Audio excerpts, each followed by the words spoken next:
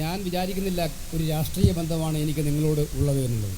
I feel that you have adopted me as your family member. ഞാൻ വിചാരിക്കുന്നത് നിങ്ങൾ എന്നെ നിങ്ങളുടെ കുടുംബത്തിലെ ഒരു അംഗമായി നിങ്ങൾ ദത്തെടുത്തിരിക്കുന്നു എന്നുള്ളതാണ്. And as you have adopted me as a family member, it means that I also have to treat you like family members. നിങ്ങൾ എന്നെ ഒരു കുടുംബത്തിലെ അംഗമായിട്ട് ദത്തെടുത്തിരിക്കുന്നു എന്ന സാഹചര്യം ഉണ്ടായ സ്ഥിതിക്ക് ഞാനും നിങ്ങളോടൊരു കുടുംബത്തിൻ്റെ അതേ കുടുംബത്തിൻ്റെ അംഗമായിട്ട് പെരുമാറേണ്ടതായിട്ടുണ്ട്. And that means having a emotional, affectionate relationship with all the people of Wayanad. എനിക്കതുകൊണ്ട് തന്നെ വളരെ വൈകാരികവും ഹൃദയസ്പർശവുമായിട്ടുള്ള ഒരു വികാരമാണ് വയനാട്ടിലെ ജനങ്ങളുമായിട്ടുള്ളത്. It does not matter which political formation you are from. You are all members of my family. അത് നിങ്ങൾ ഏത് രാഷ്ട്രീയത്തിൽപ്പെട്ടയാളാണ് എന്നുള്ളതൊന്നും അതിനകത്ത് ബാധകമല്ല എനിക്ക് നിങ്ങളോടുള്ള ബന്ധത്തിന്. Of course, if I meet people from the left front, I will try and convince them that their ideology is not the correct one. തീർച്ചയായിട്ടും ഞാൻ ഇടതുപക്ഷ സഹോദരന്മാരെ കണ്ടാൽ ഞാൻ പരിശ്രമിക്കും അവരുടെ പ്രത്യയശാസ്ത്രം ശരിയല്ല എന്നുള്ളത് പറയാനും അവരെ മനസ്സിലാപ്പിക്കാനും പരിശ്രമിക്കും. And of course, I am sure they might try to convince me also. തീർച്ചയായിട്ടും അവരെന്നെ തിരിച്ചും മനസ്സിലാപ്പിക്കാൻ ശ്രമിക്കുന്നുണ്ടാവും. And I am happy to disagree with them. എനിക്ക് വളരെ സന്തോഷത്തോടെ അവരോട് വിയോജിപ്പ് പ്രകടിപ്പിക്കാൻ പറ്റും. But I still consider them as people of my family. പക്ഷേ എത്ര വിയോജിപ്പുണ്ടായാലും എങ്കിലും ഞാൻ അവരെ ഈ കുടുംബത്തിലെ അംഗങ്ങളായിട്ട് തന്നെ കണക്കാക്കാനാണ് ആഗ്രഹിക്കുന്നത്. And I think this is the spirit, or should be the spirit, of our entire country. ഇതായിരിക്കണം, ഈ രീതിയിലുള്ള സമീപനമായിരിക്കണം നമ്മുടെ രാജ്യത്തിൻ്റെ തന്നെ മനോഭാവം. We are all one family and we are allowed to have disagreements. നമ്മളെല്ലാം ഒരു കുടുംബത്തിലെ അംഗങ്ങളാണ് ഭാരതീയരെന്ന നിലയിൽ. അതുപോലെ തന്നെ എല്ലാവർക്കും പരസ്പരം നമ്മുടെ അഭിപ്രായ വ്യത്യാസങ്ങൾ നിലനിർത്താനുള്ള സ്വാതന്ത്ര്യമുണ്ട്, ഉണ്ടാകണം. But disagreement should not become hatred or anger or violence. പക്ഷേ വിയോജിപ്പ് എന്ന് പറയുന്നത് അത് വിദ്വേഷത്തിൻ്റെയും അതുപോലെ തന്നെ പകയുടെയും വേദിയായി മാറാൻ പാടില്ല. And I can say that having traveled in most of the states of this country, this idea is deeply held in our tradition as a nation. രാജ്യത്തിൻ്റെ വിവിധ ഭാഗങ്ങളിൽ എല്ലായിടത്തും സഞ്ചരിച്ച ഒരാളെന്ന നിലയിൽ എനിക്ക് പറയാൻ പറ്റും, ഈ ആശയമാണ് വിദ്വേഷത്തിൻ്റെയും പകയുടെയും കാര്യമല്ല ഉണ്ടാകേണ്ടത്, സ്നേഹമാണ് ഉണ്ടാകേണ്ടത് എന്ന ആശയമാണ് നമ്മുടെ സംസ്കാരത്തിൻ്റെ ഭാഗമായി നമ്മൾ ഏറ്റെടുത്തിരുന്നത്. Mutual respect, affection, love for each other, these are things that go into our history. പരസ്പര ബഹുമാനം, അതുപോലെ തന്നെ സ്നേഹം, അതുപോലെ തന്നെ പരസ്പരം സ്നേഹിക്കാനുള്ള താല്പര്യം, ഇതൊക്കെ നമ്മുടെ നമ്മുടെ സംസ്കാരത്തിൻ്റെ, നമ്മുടെ രാജ്യത്തിൻ്റെ സംസ്കാരത്തിൻ്റെ ഭാഗം തന്നെയാണ്. In every religion, എല്ലാ മതത്തിലും അതുപോലെ തന്നെയാണ്. Hinduism, Islam, Christianity, Sikhism, Judaism, every single religion. എല്ലാ മതങ്ങളിലും, ഹിന്ദുക്കളായാലും മുസ്ലിംകളായാലും ക്രൈസ്തവരായാലും അതുപോലെ സൂഫിസമായാലും എല്ലാ മതങ്ങളും ഇത് തന്നെയാണ് പറയുന്നത്. The idea that you should be able to express yourself. നിങ്ങൾ എന്തായാലും നിങ്ങളുടെ ആശയങ്ങൾ നിങ്ങൾ തുറന്നു പറയാൻ നിങ്ങൾക്ക് സാധിക്കണം. The idea that you should be allowed a voice. ഇതാണ് നിങ്ങൾക്ക് പറയാനുള്ള കാര്യങ്ങൾ നിങ്ങൾക്ക് തുറന്നു പറയാനുള്ള സ്വാതന്ത്ര്യം ഉണ്ടാകണം, അത് നിങ്ങൾ അനുവദിക്കപ്പെടണം. And almost as important, that you should allow other people a voice. അതുപോലെ തന്നെ ഏറ്റവും പ്രധാനപ്പെട്ട കാര്യം, നിങ്ങൾ മറ്റുള്ളവരുടെ ആശയങ്ങൾ അവർക്ക് പറയാനുള്ള അനുവാദം നിങ്ങൾ കൊടുക്കണമെന്നുള്ളതാണ്. In my talk in Cambridge University, I told the students that in the 21st century, everybody wants to talk, but nobody wants to listen. ഞാൻ കേംബ്രിഡ്ജ് യൂണിവേഴ്സിറ്റിയിൽ പോയപ്പോൾ അവിടെ സംസാരിച്ചത് ഇത് തന്നെയായിരുന്നു. എല്ലാവർക്കും സംസാരിക്കാൻ ആഗ്രഹമുണ്ട്, പക്ഷെ ആർക്കും കേൾക്കാൻ താല്പര്യമില്ല 21ാം നൂറ്റാണ്ടിൽ. But if you think about it, talking without listening is completely useless. അവരെ സംബന്ധിച്ചിടത്തോളം അങ്ങനെ നോക്കിയാൽ സംസാരിക്കുന്നതാണ്, കേൾക്കുന്നത് ഉപയോഗശൂന്യമാണ് എന്നാണ്. കേൾക്കാതെ ഒരാളെ കേൾക്കാതെ സംസാരിക്കുക എന്ന് പറയുന്നത് തീർത്തും ഉപയോഗശൂന്യമായിട്ടുള്ള കാര്യമാണ്. And we did the Bharat Jodo Yatra for the same purpose. Bharat Jodo യാത്ര നടത്തിയത് ഇതേ ഉദ്ദേശത്തോടു കൂടിയായിരുന്നു. We did not speak much. നമ്മൾ അധികം സംസാരിച്ചിട്ടില്ല. we listen 7-8 hours a day silently. 7-8 മണിക്കൂറുകൾ നിശബ്ദമായിട്ട് നമ്മൾ കേൾക്കുകയായിരുന്നു എല്ലാവരും പറയുന്നത്. And we used to speak for 15-20 minutes in the evening.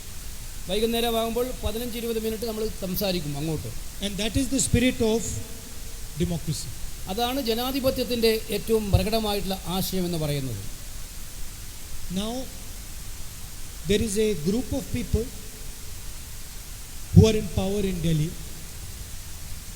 who do not seem to understand this. നിങ്ങൾക്കറിയാം, ഒരു കൂട്ടം ആളുകൾ, ഈ രാജ്യത്തിൻ്റെ അധികാരം നിയന്ത്രിക്കുന്ന ഒരു കൂട്ടം ആളുകൾ ഇത്തരം ആശയങ്ങളെ ഒന്നും അവർ ഇഷ്ടപ്പെടുന്നില്ല, അവർ ആഗ്രഹിക്കുന്നില്ല, അവർ അനുവദിക്കുന്നു. That democracy is about speaking, not about shouting, but about speaking and about listening. ജനാധിപത്യം എന്ന് പറയുന്നത് സംസാരിക്കുക എന്നുള്ളതാണ്. അത് ഉച്ചത്തിൽ സംസാരിക്കുക എന്നുള്ളതല്ല, സംസാരിക്കുക ഒപ്പം കേൾക്കുക. It is not about insulting people, humiliating people, frightening people, being arrogant. അത് ആളുകളെ ഭയപ്പെടുത്തുക എന്നുള്ളതല്ല, ആളുകളെ അപമാനിക്കുക എന്നതല്ല. It is not about spreading violence. അക്രമം പടർത്തുക എന്നുള്ളതല്ല ഇത്.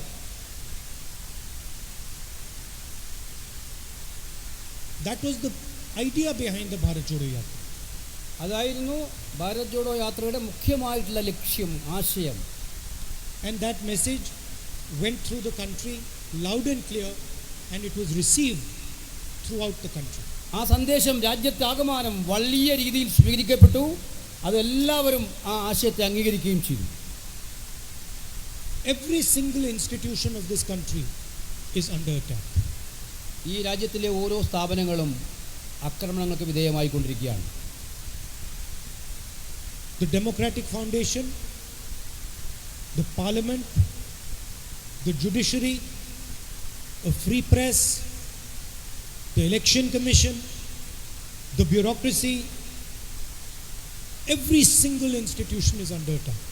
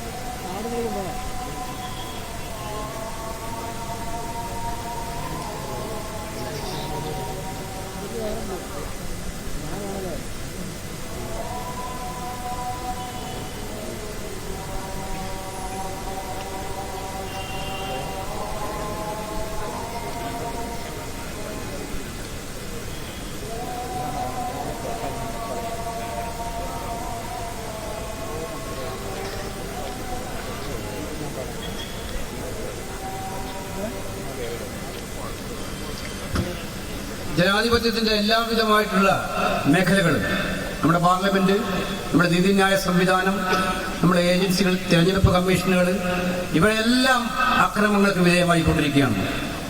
And it is my duty and all our duties to fight this assault on democracy. നമ്മൾ എല്ലാവരുടെയും, എൻ്റെയും നിങ്ങളുടെയും എല്ലാവരുടെയും ചുമതല എന്ന് പറയുന്നത് ജനാധിപത്യത്തിന്റെ ഈ ആത്മാവിന് വേണ്ടിയിട്ടുള്ള ശക്തമായിട്ടുള്ള പോരാട്ടം നടത്തുക എന്നുള്ളതാണ്. To fight the assault on India's voice. ജനാധിപത്യത്തിനും ഇന്ത്യയുടെ ശബ്ദത്തിനെതിരെയുള്ള ഈ ആക്രമണത്തിനെതിരായിട്ട് പോരാടുക എന്നുള്ളതാണ് നമ്മുടെ. To fight the violence and hatred that the BJP and RSS are spreading. RSSും BJPയും പരത്തുന്ന വിദ്വേഷത്തിന്റെയും പകയുടെയും അത് ശക്തിക്കെതിരായിട്ടുള്ള പോരാട്ടം നടത്തുക എന്നുള്ളതാണ്. Now there is a confusion in the mind of the Prime Minister, of the BJP and of the RSS. പ്രധാനമന്ത്രിയുടെയും BJP പാർട്ടിയുടെയും RSSന്റെയും മനസ്സിൽ ഇപ്പോൾ ഒരു ആശയക്കുഴപ്പമുണ്ട്.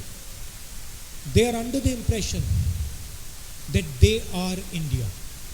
അവർ ധരിച്ചിരിക്കുന്നത് അവരാണ് ഇന്ത്യ എന്ന്. They think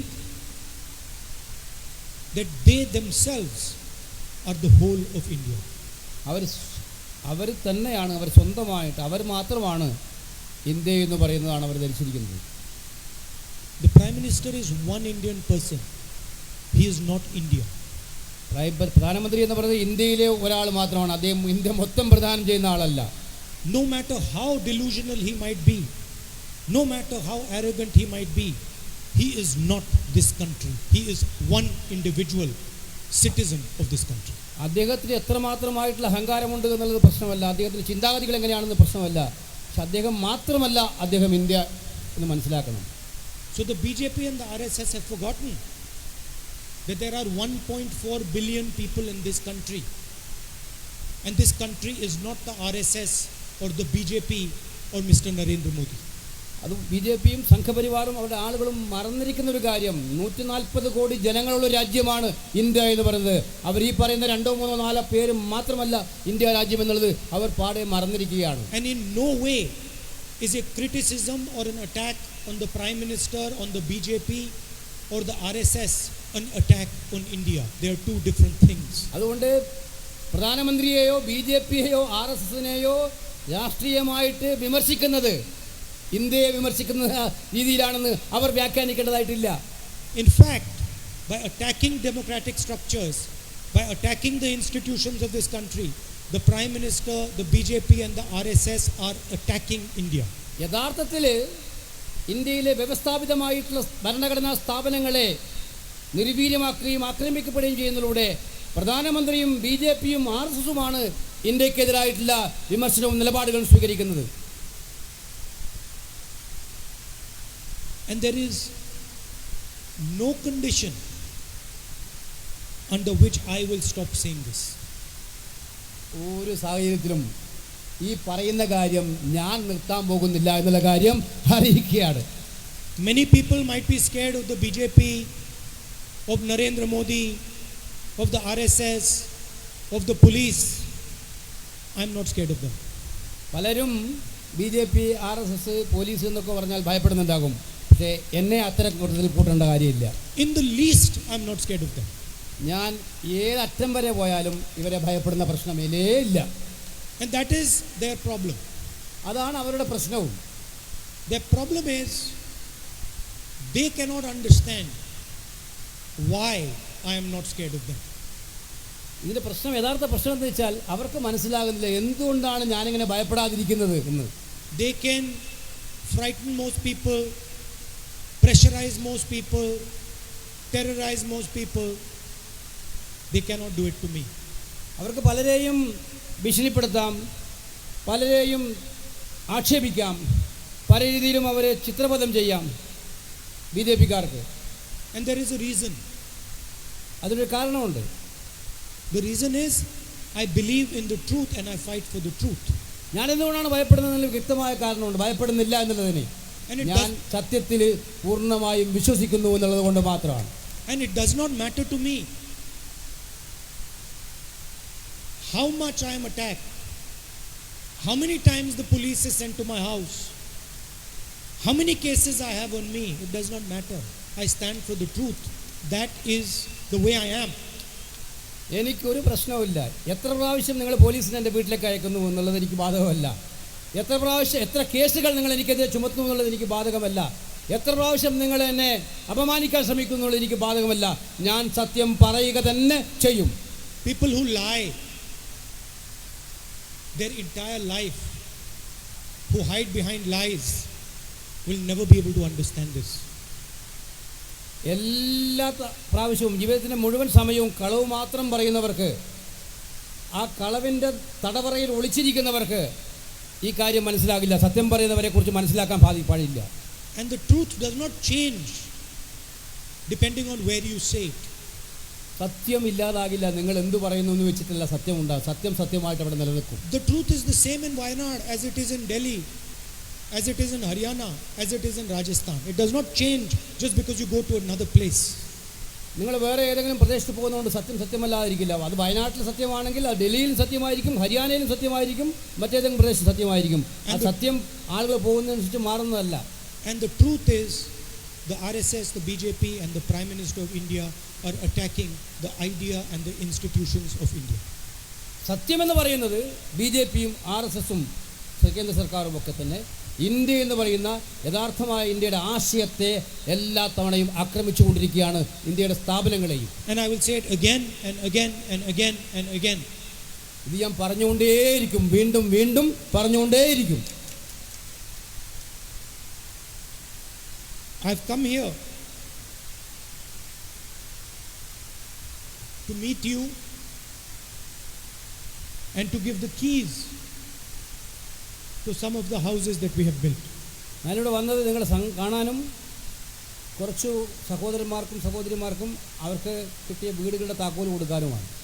When I first came here, there were tragic floods that had taken place, and many families had lost their loved ones and their houses.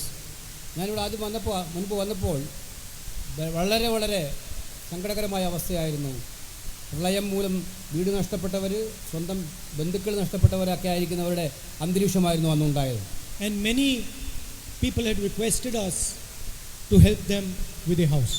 പലരും അർഹതപ്പെട്ട പലരും അഭ്യർത്ഥിക്കുകയുണ്ടായി, അവർക്ക് വീട് വേണം എന്നാവശ്യപ്പെടുകയുണ്ടായി. In 2021 September, I took this up with our leaders in Wayanad. 2021 September മാസം ഈ ഒരു ആശയം ഞാൻ വയനാട്ടിലെ നേതാക്കന്മാരുടെ മുന്നിൽ വെക്കുകയുണ്ടായി. And it was a small idea to help Wayanad's widows, Wayanad's families who had been hurt by the floods. ചെറിയൊരു ആശയം, ഈ പ്രളയം മൂലം ബുദ്ധിമുട്ട് അനുഭവിക്കുന്ന വയനാട്ടിലെ ജനങ്ങളെ സഹായിക്കാനുള്ള ഒരു ചെറിയ പരിശ്രമം. It was not an ambitious scheme. It started very small. That can we help our mothers and sisters who have been hurt by the floods? അതൊരു വൻ പദ്ധതി ആയിട്ടല്ല, ഒരു എളിയ തുടക്കമായിട്ട് നമുക്കെങ്ങനെ ഈ പ്രയാസപ്പെടുന്നവരെ സഹായിക്കാൻ പറ്റുമെന്നുള്ള ചിന്തയിൽ നിന്നും ഉടലെടുത്തതാണ്. And we planted a little seed that is now slowly growing. നമ്മൾ ചെറിയ വിത്തുകളൊന്ന് മുളപ്പിച്ചു 2021. അത് ക്രമേണയായിട്ട് അത് മുളച്ചു വരികയാണ്. അങ്ങനെയാണ് ഈ വീടുകളൊക്കെ തന്നെ കൊടുത്തുകൊണ്ടിരിക്കുന്നത്. And I can see that it is going to grow much bigger than we thought. ഇത് നമ്മൾ വിചാരിക്കുന്നതിനേക്കാൾ കൂടുതൽ വേഗത്തിൽ ഇത് വളർന്നുകൊണ്ടിരിക്കുമെന്നാണ് എനിക്കിപ്പോൾ കാണാൻ കഴിയുന്നത്. It's not been an easy journey because there are many challenges in building houses, in finding beneficiaries, in making sure that they are the right person. ഇത് വളരെ എളുപ്പമായിട്ടുള്ള കാര്യമല്ല. ഒന്നാമത്തെ കാര്യം ഇതിൻ്റെ ഗുണഭോക്താക്കളെ കണ്ടുപിടിക്കുക എന്ന് പറയുന്നത്, അവർക്ക് ആവശ്യമായിട്ടുള്ള വീട് വെച്ച് കൊടുക്കുക എന്ന് പറയുന്നത്, ഇതൊക്കെ എത്ര എളുപ്പമുള്ള കാര്യമല്ല. ഒരുപാട് ബുദ്ധിമുട്ടുകളുണ്ട്. Sometimes the houses have to be built in very difficult terrain. വളരെ വ്യത്യസ്തമായ ചില ഭൂപ്രദേശങ്ങളിൽ, ബുദ്ധിമുട്ടുള്ള ഭൂപ്രദേശങ്ങളിലാണ് ചിലപ്പോൾ വീടുകൾ ഉണ്ടാക്കേണ്ടി വരിക. We have to make sure that the costs are optimal. അതുപോലെ തന്നെ വീടിൻ്റെ ചെലവ് സാധാരണഗതിയിൽ ന്യായമായിരിക്കണമെന്ന് നമുക്ക് ഉറപ്പുവരുത്തേണ്ടതായിട്ടുണ്ട്. Because we want to make sure that as many families as possible can benefit. എത്ര പേർക്ക് പരമാവധി കൊടുക്കാൻ പറ്റുമോ അത്രയും പേരെ സഹായിക്കാനാണ് നമ്മൾ പരിശ്രമിക്കുന്നത്. So today I'm quite proud to come here and hand over the keys to 6 houses. അതുകൊണ്ട് എനിക്ക് വളരെ അഭിമാനമുണ്ട്. 6 പേർക്ക് വീടുകൾ വെച്ചു കൊടുക്കാനുള്ള താക്കോൽ കൈമാറാൻ കഴിഞ്ഞു എന്നുള്ള എനിക്ക് വളരെയേറെ സന്തോഷവും അഭിമാനമുണ്ട്. This is a milestone for our work, and it is only because of the workers and the leaders of the Congress party and the people of Wayanad that this has been possible. ഇതൊരു പ്രത്യേകമായിട്ടുള്ള നാഴികക്കല്ലാണ്. ഇത് ഇവിടുത്തെ എല്ലാവിധ UDFിൻ്റെ പ്രവർത്തകർക്കും Congress party പ്രവർത്തകരുടെയും അധ്വാനത്തിൻ്റെയും കഴിവിൻ്റെയും ഫലമായിട്ടാണ്. അവരില്ലാതെ ഇത് സംഭവമാകുമെന്നുള്ള പ്രശ്നമേ ഉണ്ടായിരുന്നില്ല. I would especially like to thank our party workers, leaders, block Congress presidents, Mandalam presidents, UDF allies, and every single person who supported us. ഞാൻ പ്രത്യേകമായിട്ട് കോൺഗ്രസിൻ്റെ ബ്ലോക്ക് പ്രസിഡന്റ്, മണ്ഡലം പ്രസിഡന്റ്, UDFിൻ്റെ ഐക്യജനാധിപത്യ മുന്നണിയുടെ നേതാക്കൾ, പ്രവർത്തകർ, അവരോടെല്ലാം പ്രത്യേകമായി നന്ദി പറയാൻ ആഗ്രഹിക്കുകയാണ്. And also the people of Wayanad who help us with this project. വയനാട്ടിലെ ജനങ്ങൾ പ്രത്യേകമായിട്ട് അവരാണ് ഇതിനെ സഹായിച്ചത്. അവരോട് പ്രത്യേകമായി നന്ദി രേഖപ്പെടുത്തുകയാണ്. And I think any help we can get from the people of Wayanad to give houses to our family members would be appreciated.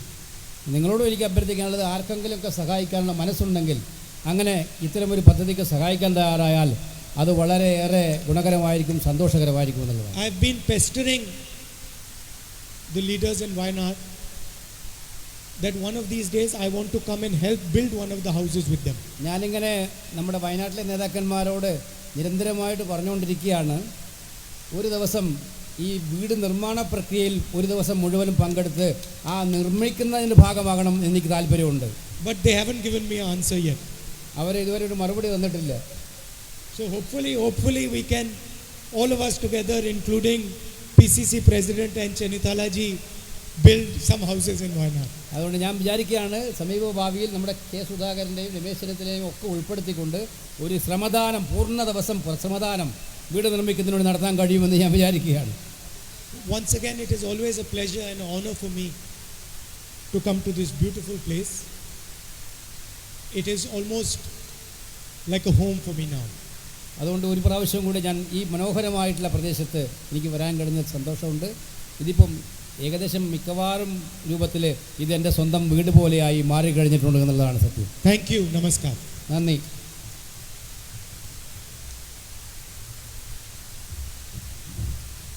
Prices of rubber and coconut. റബ്ബറിൻ്റെയും നാളികേരത്തിൻ്റെയും വിലയുടെ മൂലം ഈ പ്രദേശത്തെ കൃഷിക്കാർ ഒരുപാട് ബുദ്ധിമുട്ടുകളാണ് അനുഭവിക്കുന്നത് എനിക്കറിയാം. And I'm also aware, like all of us are, that farmers face a huge challenge as a result of wild animals in our constituency. നമുക്കറിയാം, വന്യജീവി ആക്രമണങ്ങൾ മൂലം ഈ പ്രദേശത്ത് നമ്മുടെ കൃഷിക്കാർ അനുഭവിക്കുന്ന യാതനകൾ ചില്ലറയല്ല.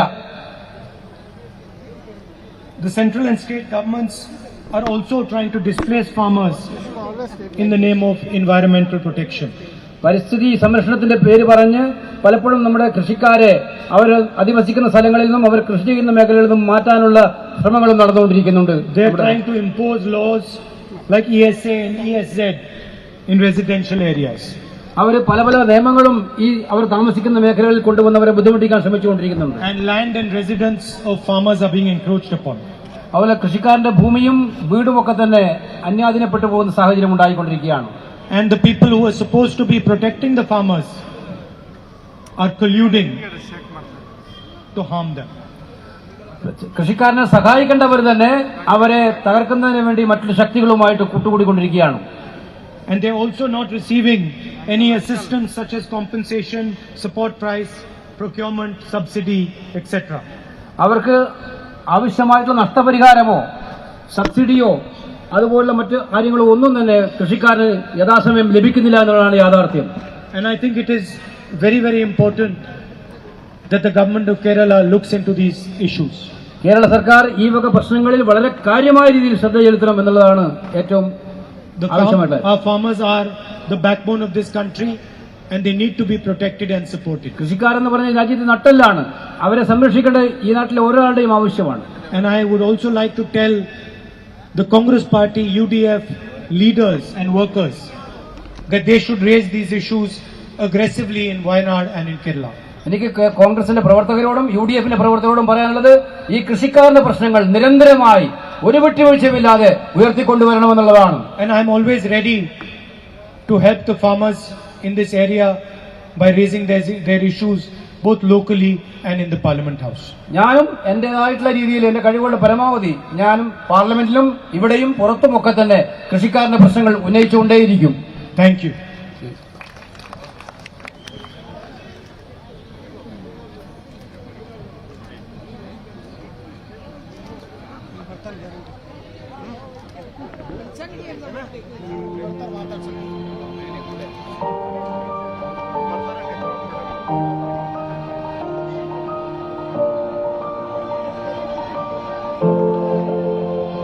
യോഗം അവസാനിച്ചിരിക്കുന്നു.